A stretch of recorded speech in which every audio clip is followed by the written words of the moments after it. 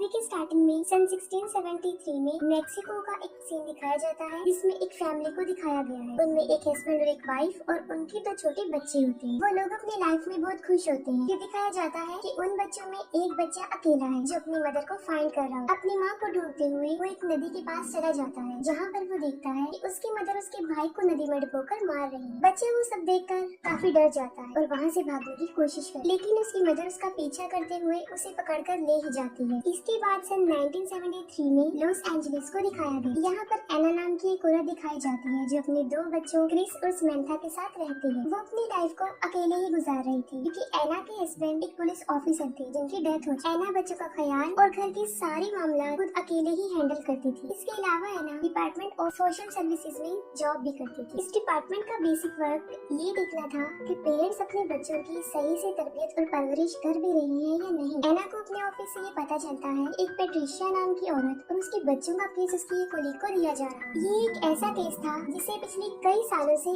एना ही handle कर रही थी और ये चीज एना को पसंद नहीं आई। तब एना के बॉस उसे समझाते हैं कि एना के ऊपर काम का पहले ही बहुत बर्डन है और यहाँ तक कि उसने अपने बच्चों का ख्याल भी अकेले ही रखना होता और यही वजह है कि वो केस इसके अलावा किसी और को दिया जा रहा है। मगर फिर भी एना इस पर एग्री नहीं है। वो कहती है कि मैं पेट्रिशिया को जानती हूँ और वो मेरे ऊपर बिलीव भी करती है और उसके बच्चों को तो मैंने अपनी आंखों के सामने ही बड़े होते हुए देखा है। वो कहती है कि उसके अलावा कोई भी ये केस अच्छे से हैंडल नहीं कर सकता। फिर एना के बॉस उसकी बात पर एग्री हो जाते हैं और वो केस एना को ही दे देते हैं। पेट्रिशिया के बच्चों के स्कूल से कॉल आती है कि वो फिर से स्कूल नहीं आ रहे हैं और यही वजह है कि एना को उनके घर जाना था, जिस पर उसके बॉस उसे कहते हैं कि वो अपने साथ एक पुलिस ऑफिसर को भी लेकर जाए और एना एक पुलिस ऑफिसर के साथ पेट्रिशिया के घर पहुंच जाती है। सबसे पहले पेट्रिशिया सबको अंदर आने से मना कर देती है, लेकिन फिर एना उसे बताती है कि वो सिर्फ अकेले ही अंदर आएगी और इस बात पर पेट्रिशिया उसे अंदर आने देती है। एना देखती है कि पेट्रिशिया बहुत बुरी तरह डरी हुई है और वो फिर उससे उसके बच्चों के बारे में पूछती है, जिस पर वो कहती है कि वो सेफ, लेकिन एना को उसके बच्चे नजर नहीं आ रहे होते। फिर एना को एक डोर नजर आता है जिसके ऊपर बहुत ज्यादा आइस की पिक्चर्स बनाई होती है। एना उस डोर के पास जाती है जिसे देखकर पेट्रिशिया बुरी तरह भड़क जाती है। वो एना पर अटैक करती है, उसे मारने की कोशिश करती है। तभी फौरन पुलिस वाला वहाँ पर आ जाता है और पेट्रिशिया को पकड़ लेता है और इसी दौरान एना पेट्रिशिया के गले से एक के निकाल लेती है, जिसपे पेट्रिशिया उसे कहती है कि उस डोर को मत ओपन करो,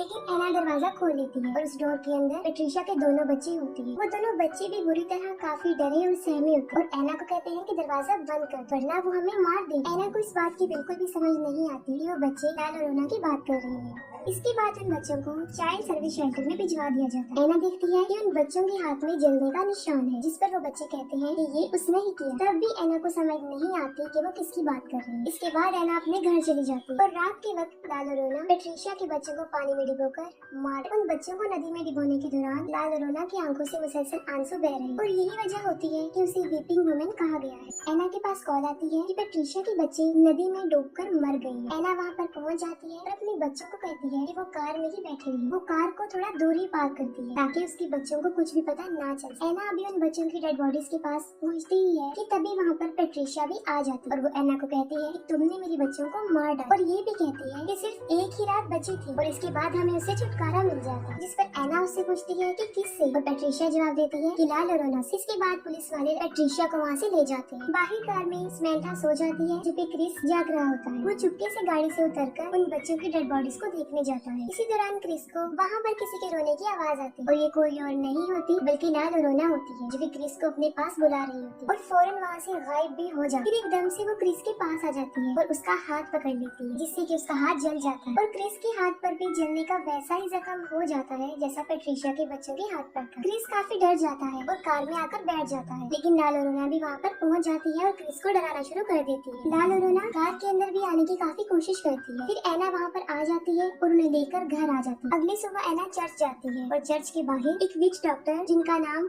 रेफल अल्वेरा होता है वो खड़े होते हैं। वो अपनी जादुई वर्ड्स की मदद से लोगों का ट्रीटमेंट कर रहे होते हैं जिससे कि वो ठीक हो जाते हैं। एना फादर से लाल और रोना के बारे में पूछती है और फादर उसे लाल और रोना के बारे में सब कुछ बता देते हैं। समंथा जो कि अपने घर में खेल रही होती है और उसे भी वहाँ पर लाल और रोना नजर आती है। लाल और रोना समंथा का हाथ भी पकड़ के उसे कर्स बना देती है और समंथा के हाथ पर भी जलने का जख्म बन जाता है। एना घर आ जाती है और वो देखती देखती है कि समंथा बहुत ज्यादा डरी हुई है। एना उसके हाथों पर जले हुए जख्मों के बारे में पूछती है। तब समंथा झूठ बोल देती है कि मैं कहीं पर गिर गई। फिर एक डिटेक्टिव जिनका नाम कूपर होता है वो एना के घर पर आते हैं, जो कि एना के हस्बैंड के फ्रेंड थे। कूपर एना को बताते हैं कि पुलिस वालों को पेट्रिशिया पर ही शक है कि उसी ने ही अपने बच्चों को मारा है। लेकिन पेट्रिशिया और उसके गवाहों का ये कहना है कि मर्डर के दौरान पेट्रिशिया फुल टाइम चर्च में ही थी। कूपर एना को एक फाइल देते हैं ताकि वो पेट्रिशिया के केस के बारे में थोड़ी सी इंफॉर्मेशन ले सके। फिर दूसरी तरफ हम देखते हैं रेफल को, जो पेट्रिशिया के घर में होते हैं और लाल और ओना के आंसुओं को कलेक्ट कर रहे होते हैं।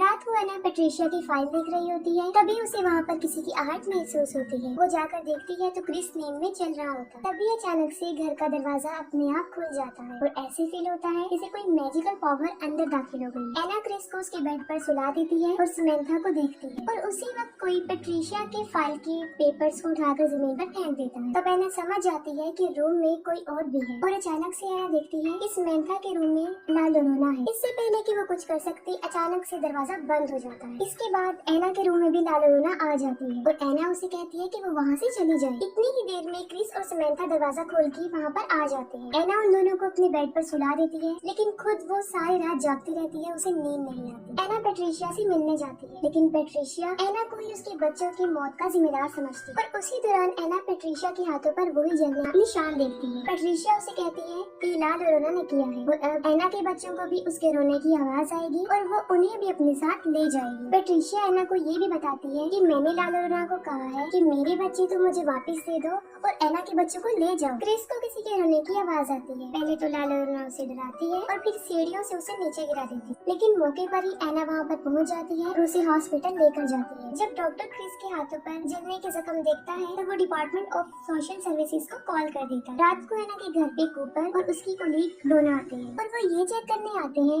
कि कहीं एना अपने बच्चों के साथ अब्यूज तो नहीं करती, कि किसी किस्म का कोई तशद्दुद तो नहीं करती। फिर एना क्रिस से लाल और ओना के बारे में पूछती है और वो उसे सब कुछ बता भी देता है। दूसरी तरफ लाल और ओना समंथा को पानी में डुबोकर मार रही होती है, लेकिन मौके पर एना वहाँ पर पहुँच जाती है और उसे बचा लेती है। इसके साथ ही लाल और ओना एना को भी कर्ज कर देती है और बड़ी मुश्किल से एना अपने बच्चों को वहाँ से लेकर भागने में कामयाब हो जाती है। एना चर्च में फादर के पास आती है, तब फादर उसे बताते हैं एनाबेल डॉल के बारे में, कि जब वो एनाबेल डॉल को लेकर आ रहे थे तब उस डॉल ने उन्हें बुरी तरह जख्मी कर दिया। और वो ये भी बताते हैं कि इस तरह की चीजों में शैतानी ताकत होती है और चर्च तुम्हारी हेल्प भी करेगा। लेकिन उन्हें चर्च से सर्विसेज लेने में कई हफ्ते लग जाने थे, लेकिन एना के पास इतना वक्त नहीं था और फादर एना को रेफेल के पास जाने का मशवरा देते हैं। एना अपने बच्चों को लेकर रेफेल के पास चली जाती है। पहले तो वो उनकी मदद करने से इनकार कर देता है, लेकिन किसी तरह वो बच्चों की खातिर उनकी हेल्प करने को तैयार हो जाती है। रेफेल अपने साथ इस प्रोसेस में इस्तेमाल होने वाली सारी चीजें अपने साथ लेकर जाते हैं और अपने मैजिकल वर्ड्स की मदद से अंडों के जरिए वो ये पता करवाते हैं कि यहाँ पर कोई जादुई ताकत, कोई शैतानी ताकत है भी या नहीं।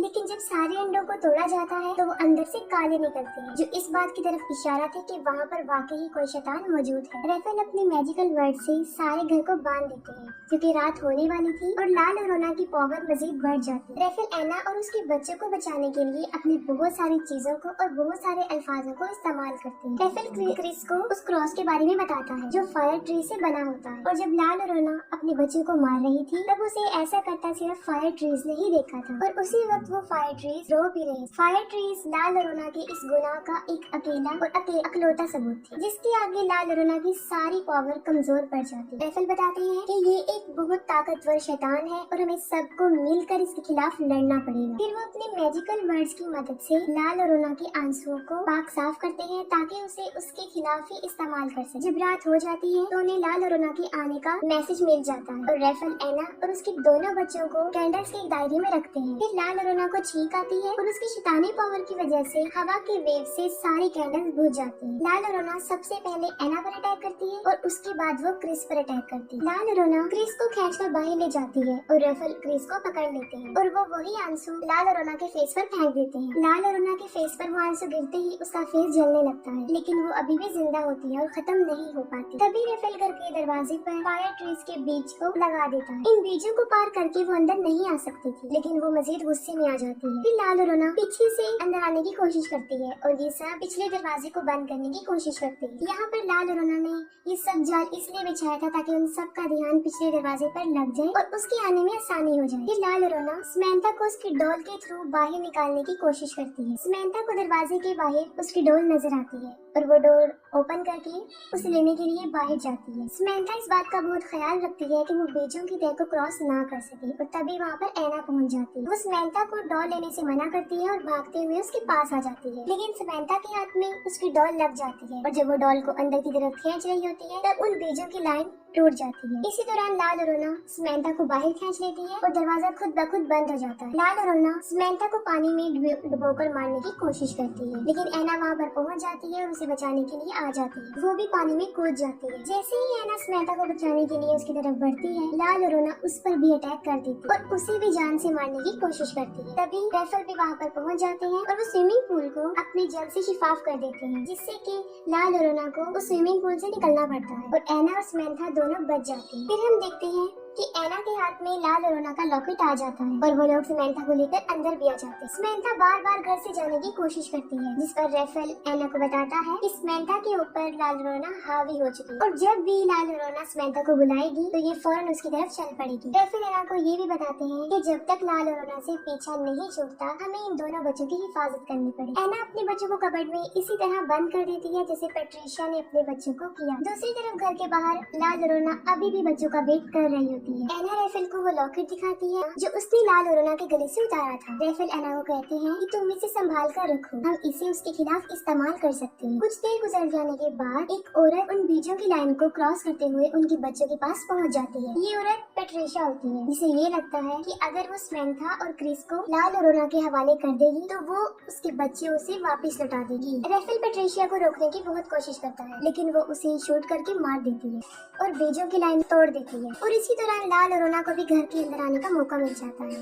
अंदर आते ही पहले वो ऐना पर अटैक करती है और उसे बेसमेंट में फेंक देती है और उसका डोर अपने आप लॉक हो जाता है। फिर वो घर के सारे दरवाजों को बंद कर देती है ताकि बच्चे बाहर ना जा सके। इसी दौरान क्रिस लाल अरोना को वो लॉकेट उठाकर समंथा के साथ ऊपर की तरफ भागता है। क्रिस और समंथा स्टोर में जाकर छुप जाते हैं और लाल अरोना भी उनका पीछे करते हुए वहाँ पर पहुँच जाती है। लाल अरोना उन्हें मारने ही वाली होती है कि क्रिस उसे उसका लॉकेट दिखा देता है। अपना लॉकेट क्रिस के हाथ में देखकर लाल अरोना अचानक से नॉर्मल लेडी बन जाती है। लाल अरोना को वो लॉकेट असल में उसके बच्चों ने दिया था और वो अपने बच्चों की तरह क्रिस को टच करती है और रोना शुरू करती है। साथ में पैट्रिशिया को भी अपनी गलती का एहसास हो जाता है। वो लॉक तोड़कर ऐना को बाहर ले आती है। ऐना भागते हुए ऊपर की तरफ आ जाती है और साथ में उसके रैफल भी आ जाता है जो कि मरा नहीं होता। दूसरी तरफ लाल अरोना जब क्रिस को टच करते हुए रो रही होती है तो उसके पीछे रखा हुआ मिरर उसका कपड़ा हट जाता है और जब लाल अरोना खुद को शीशे में देखती है तो वो फिर से शैतान बन जाती है और वो शीशा भी टूट जाता है। लाल अरोना रैफल को हवा में उठाकर बाहर फेंक देती है और इसी दौरान ऐना भी वहाँ पर पहुँच जाती है। क्रिस और समंथा ऐना के पास भागकर आ जाती है। जैसे ही लाल अरोना ऐना क्रिस और समंथा को मारने के लिए उनकी तरफ बढ़ती है, रैफल उसकी तरफ फायर ट्री से बना हुआ वो क्रॉस फेंक देता है। ऐना उस क्रॉस को उठाती है और लाल अरोना के सीने में डाल देती है। उस क्रॉस की वजह से लाल अरोना खत्म हो जाती है और सब कुछ नॉर्मल हो जाता है और इसके साथ ही मूवी भी एंड हो जाती है।